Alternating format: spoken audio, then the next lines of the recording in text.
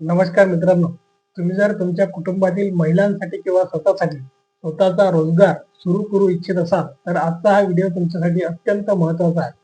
महाराष्ट्र शासनाच्या महिला व बाल कल्याण विकास विभागाद्वारे चालवल्या जाणाऱ्या पिंक गुलाबी ई रिक्षा योजनेबाबत एक अत्यंत मोठा आणि ऐतिहासिक निर्णय जाहीर करण्यात आला आहे.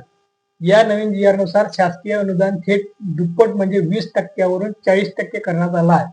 इतकेच नाही तर जुन्या लाभार्थ्यांना सुद्धा याचा मोठा आर्थिक फायदा मिळणार आहे. आजच्या एकाच व्हिडिओमध्ये आपण या नवीन जी आर मधील सर्व बद्दल योजनेची संपूर्ण माहिती, पात्रता, कागदपत्रे आणि अर्ज कसा करायचा हे सर्व काही सविस्तर जाणून घेणार आहोत. त्यामुळे व्हिडिओ शेवटपर्यंत नक्की बघा. मित्रांनो, सर्वात आधी आपण जारी करण्यात आलेल्या अधिकृत शासन निर्णयातील मुख्य बदलांविषयी बोलूया. पूर्वी या योजनेत ई रिक्षा खरेदीसाठी शासनाकडून फक्त 20% अनुदान मिळायचे, पण आता नवीन सुधारणेनुसार राज्य शासन थेट 40% अनुदान देणार आहे.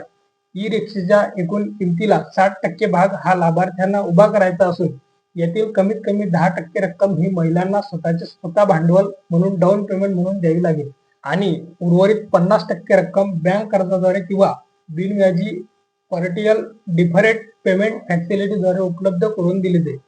यामध्ये सर्वात महत्वाची गोष्ट म्हणजे ज्या महिलांनी यापूर्वीच या योजनेसाठी रिक्षा घेतली होती आणि त्यांना केवळ 20% अनुदान मिळाले होते, त्यांना सुद्धा उर्वरित अतिरिक्त 20% अनुदान शासन देणार आहे आणि हे पैसे त्यांच्या रिक्षा कर्जाच्या परतफेड करण्यासाठी वापरले जातील. तसेच राज्यातील निवडक 8 जिल्ह्यातील प्रमुख शहरांमध्ये आधी 10,000 लाभार्थी संख्या होती, ती सुधारून आता 5,000 लाभार्थी संख्या निश्चित करण्यात आली आहे.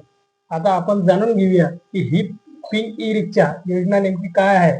राज्यातील गरजू, बेरोजगार आणि आर्थिकदृष्ट्या दुर्बल महिलांना स्वतःच्या पायावर उभे करण्यासाठी, त्यांना रोजगाराची संधी उपलब्ध करून देण्यासाठी आणि महिलांचा आर्थिक व सामाजिक विकास करण्यासाठी महाराष्ट्र सरकारने ही योजना सुरू केली आहे.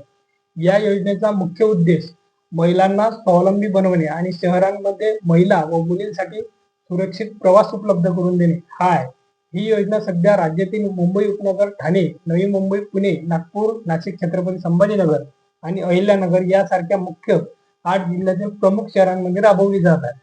या योजनेचा लाभ घेण्यासाठी अर्जदार महिला महाराष्ट्र रहिवासी असणे बंधनकारक आहे आणि तिचे वय 20 ते 45 वर्षाच्या दरम्यान असणे आवश्यक आहे.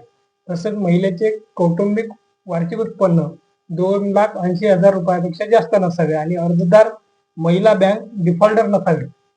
सर्वात महत्वाचे म्हणजे महिलाकडे वैध व्यावसायिक वाहन चालक परवाना म्हणजेच कमर्शियल ड्रायव्हिंग लायसन्स असणे आवश्यक आहे.